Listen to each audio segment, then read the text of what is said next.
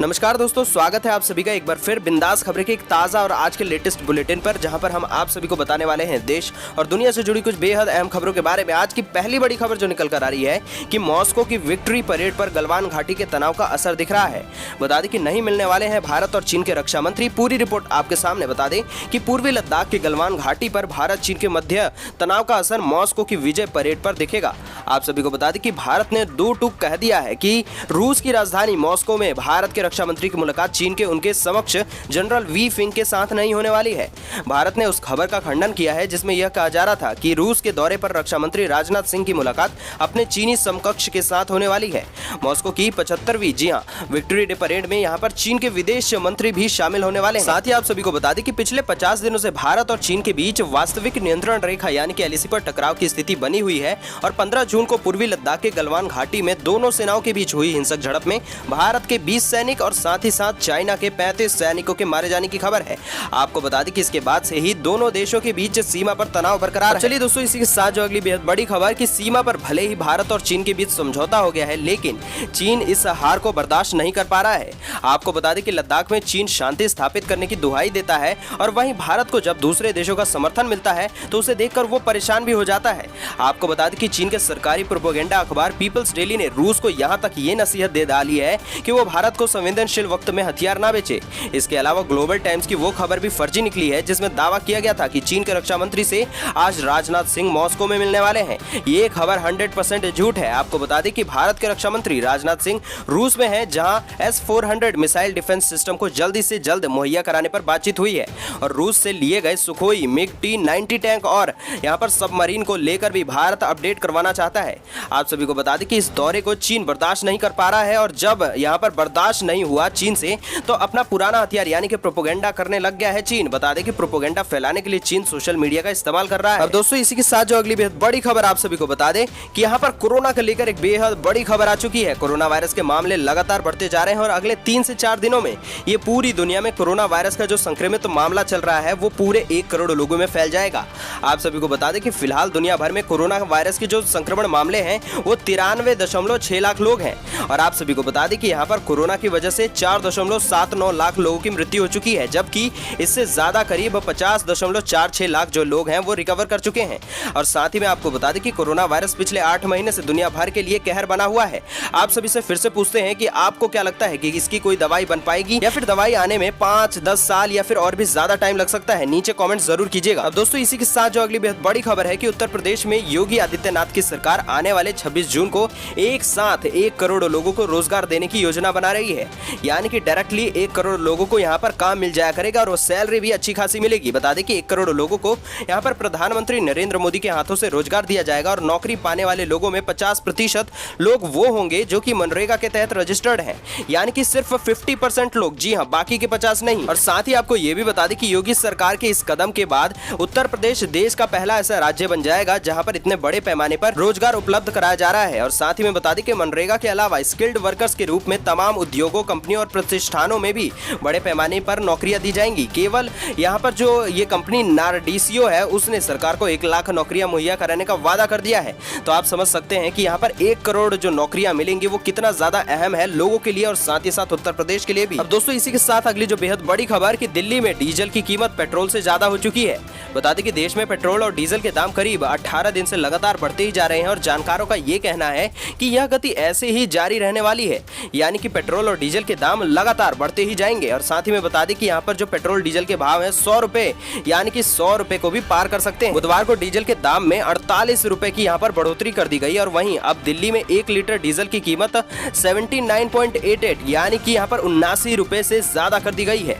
आप सभी को बता दें कि यह लगातार 18वां दिन है जब डीजल के भाव बढ़ चुके हैं। अब दोस्तों, इसी के साथ जो अगली बेहद बड़ी खबर है कि केंद्र सरकार द्वारा गरीबों को बैंक से जोड़ने के लिए जनधन योजना चालू कर दी गई थी और इस योजना के तहत कई तरह के लाभ गरीबों को डायरेक्टली मिल जाते हैं। बता दें कि जिनमें से 5,000 रुपए तक के ओवरड्राफ्ट की भी सुविधा आपको मिलने वाली है। आपको बता दें, जरूरत के समय पर बतौर लोन 5,000 रुपए तक अपने जनधन खाते से निकाल सकते हैं और हम आपको इस सुविधा के बारे में बता रहे हैं। और आपको बता दें कि इस सुविधा का लाभ लेने के लिए आपका आधार कार्ड बैंक खाते से लिंक होना जरूरी है और इसके अलावा ये भी जरूरी है कि उसने पिछले 6 महीने से अपना अकाउंट मेंटेन किया हो और साथ ही में मतलब यह है कि इस दौरान उसने समय समय पर अपने अकाउंट से लेन देन किया हो। और ओवरड्राफ्ट सुविधा का फायदा तब तब लिया जा सकता है जब आपके अकाउंट में पैसा ना हो। हालांकि इस पर ब्याज वसूला जाता है और इस सुविधा का लाभ लेने के लिए आपको बैंक में जाना पड़ेगा। चलिए दोस्तों, इसी के साथ जो अगली बेहद बड़ी खबर कि यहाँ पर कोरोना वायरस के कारण सरकार ने इनकम टैक्स रिटर्न भरना, आधार लिंक और टैक्स छूट के लिए निवेश की डेडलाइन 30 जून तक बढ़ा दी थी। ऐसे में अगर आपने अभी तक भी ये सारे काम नहीं किए हैं तो जल्द ही ये सारे काम कर लीजिए, अदरवाइज आप सभी को बेहद ज्यादा नुकसान झेलना पड़ेगा। आपको बता दें कि यहाँ पर सरकार ने पैन को आधार से जोड़ने की आखिरी तारीख 31 मार्च रखी थी, लेकिन लॉकडाउन को देखते हुए इसे 30 जून तक बढ़ा दिया गया था। अगर आपने 30 जून तक अपने पैन को आधार से लिंक नहीं किया है तो आपका जो पैन कार्ड है वो अवैध यानी कि डीएक्टिवेट हो जाया करेगा। ऐसे में इसे डीएक्टिवेट होने से बचाने के लिए आपको 30 जून तक लिंक कराना जरूरी होगा। और साथ ही दोस्तों आपको बता दें कि वित्त वर्ष 2018-19 के लिए आयकर रिटर्न 30 जून तक फाइल कर सकते हैं और साथ ही रिवाइज्ड आईटीआर भी 30 जून तक ही दाखिल किया जा सकता है। टैक्स छूट के लिए निवेश, जी हां, वित्त वर्ष 2019-20 के लिए आयकर रिटर्न दाखिल करने की अंतिम तिथि 31 जुलाई से आगे बढ़ाकर 30 नवंबर कर दी है। और साथ ही टैक्स बचाने को आयकर की धारा 80C, 80D और 80E में निवेश करने की समय सीमा को 30 जून तक ही कर दिया गया है। ऐसे में अगर आप टैक्स छूट पाने के लिए निवेश करना चाहते हैं तो 30 जून, जी हां, आखिरी तारीख है। अब इसी के साथ जो अगली बेहद बड़ी खबर, भूकंप के झटके फिर से महसूस किए गए हैं, वो भी एक जगह नहीं बल्कि 2 जगह, जी हां, मिजोरम और साथ ही साथ आपको बता दें कि हरियाणा के रोहतक में 2.8 की तीव्रता है, बल्कि मिजोरम में 4.1 की तीव्रता है। चलिए पूरी डिटेल बता दें कि यहाँ पर मिजोरम में सुबह 8:02 पर भूकंप के झटके महसूस किए गए हैं, वो भी आज। जी हाँ, लोग अपने घरों से निकलकर बाहर आ चुके हैं और आपको बता दें कि नेशनल सेंटर फॉर सिस्मोलॉजी के अनुसार रिक्टर स्केल पर इसकी तीव्रता 4.1 दर्ज की गई है। भूकंप का केंद्र चंपई से 31 किलोमीटर दक्षिणी पश्चिम में बताया जा रहा है और साथ ही साथ जानकारी के अनुसार किसी तरह के जान माल के नुकसान की खबर नहीं आ रही है। मिजोरम में एक हफ्ते में आया यह चौथा भूकंप है और साथ ही में बता दें कि इससे पहले 18, 21 और 22 जून को भी यहाँ पर भूकंप के तेज झटके महसूस किए गए थे। और साथ ही साथ आपको बता दें कि जो हरियाणा के रोहतक में भूकंप आया है उसकी पूरी खबर आ रही है कि हरियाणा के रोहतक में बुधवार को भूकंप का झटका महसूस किया गया और साथ ही में बुधवार को दोपहर 12:58 पर यह भूकंप के झटके महसूस किए गए।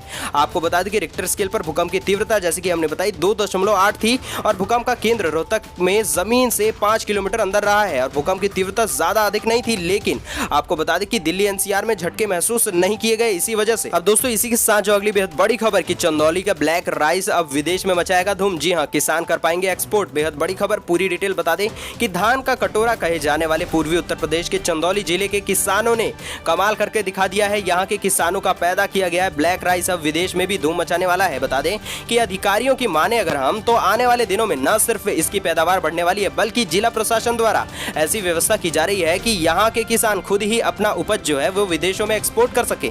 आपको बता दें कि यहाँ पर किसानों की आय दोगुनी करने के आशय से यहाँ पर प्रधानमंत्री नरेंद्र मोदी की मंशा के अनुसार जिला प्रशासन ने चंदौली में 2 साल पहले ब्लैक राइस की खेती का अभिनव प्रयोग किया था। और साथ ही में बता दें कि जिला प्रशासन की यह पहल 2 साल बाद अब सफल होती दिखाई दे रही है और मोदी सरकार के पहले कार्यकाल में केंद्रीय मंत्री रही मेनका गांधी ने किसानों की आय बढ़ाने को लेकर ब्लैक राइस की खेती का सुझाव दिया था।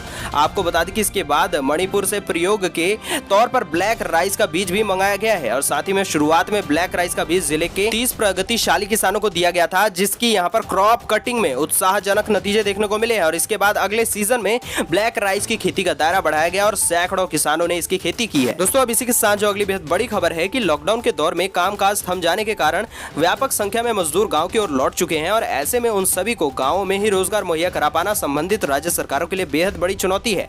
वैसे कम लागत में अधिक लोगों को रोजगार दिलाने का एक जरिया पशुपालन, डेयरी और मछली पालन भी है। आपको बता दें कि भारत में पशुपालन और मछली पालन क्षेत्र में 1 रुपए के निवेश से 4 रुपए प्रति फल की संभावना है।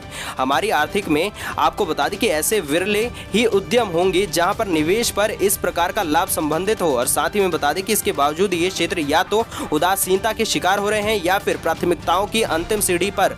और साथ ही साथ कारण शायद यह भी रहा है कि प्रारंभिक से ही पशुपालन, डेयरी और साथ ही मछली पालन विभाग कृषि मंत्रालय के अधीन ही रहा है और इसे अधीनों की तरह ही रखा गया है। दोस्तों अब इसी के साथ बढ़ चलते हैं जो अगली बेहद बड़ी खबर कि वंदे भारत मिशन का तीसरा चरण, जी हां, विदेश में फंसे 1.25 लाख भारतीय लौट चुके हैं स्वदेश। पूरी डिटेल बता दें कि वंदे भारत मिशन, जी हां, इसके तहत विदेश में फंसे भारतीयों को स्वदेश लाने का काम जारी है और केंद्रीय नागरिक उड्डयन मंत्री हरदीप सिंह पुरी ने बताया है कि मिशन के तहत विभिन्न देशों से करीब 1.25 लाख भारतीय स्वदेश लौट चुके हैं। उन्होंने बताया कि 23 जून को यहां पर 6037 भारतीय नागरिकों को विदेश से वापस लाया गया है और पुरी ने एक ट्वीट में कहा कि वंदे भारत दुनिया भर में फंसे और परेशान भारतीयों के लिए आशा और खुशी का मिशन बना हुआ है। अब तक लगभग 1.25 लाख भारतीय अंतर्राष्ट्रीय उन उड़ानों के जरिए वापस आ चुके हैं जो कि भारत द्वारा चलाए गए थे। आप सभी को बता दें कि यहाँ पर लगभग 43,000 लोग भारत से और भारत से बाहर भेजे गए हैं। आप सभी को बता दें कि यहाँ पर मंगलवार को 6,037 लोग विभिन्न देशों से वापस लौटे, जैसा कि हमने बताया। और बता दें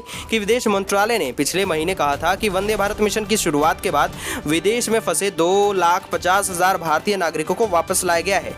आप सभी को बता दें कि गो एयर ने वंदे भारत मिशन के तीसरे चरण के तहत 20 जून 2020 तक 28 अंतर्राष्ट्रीय निजी चार्टर्ड उड़ानें संचालित की हैं। तो दोस्तों आज के लिए बस इतना ही। अगर आपको आज का वीडियो और आज का समाचार जितने भी हमने महत्वपूर्ण जानकारियां दी हैं पसंद आई हो तो अपने दोस्तों के साथ शेयर कर सकते हैं, फ्रेंड्स एंड फैमिली मेंबर्स को भी बता सकते हैं, क्योंकि बेहद ज्यादा महत्वपूर्ण जानकारियां हैं। और साथ ही में आप चाहें तो चैनल को सब्सक्राइब कर सकते हैं और घंटी के बटन को दबाने से आपको हमारे नोटिफिकेशंस मिल जाया करेंगे, जिससे कि आप हमारी वीडियोस को मिस नहीं करेंगे।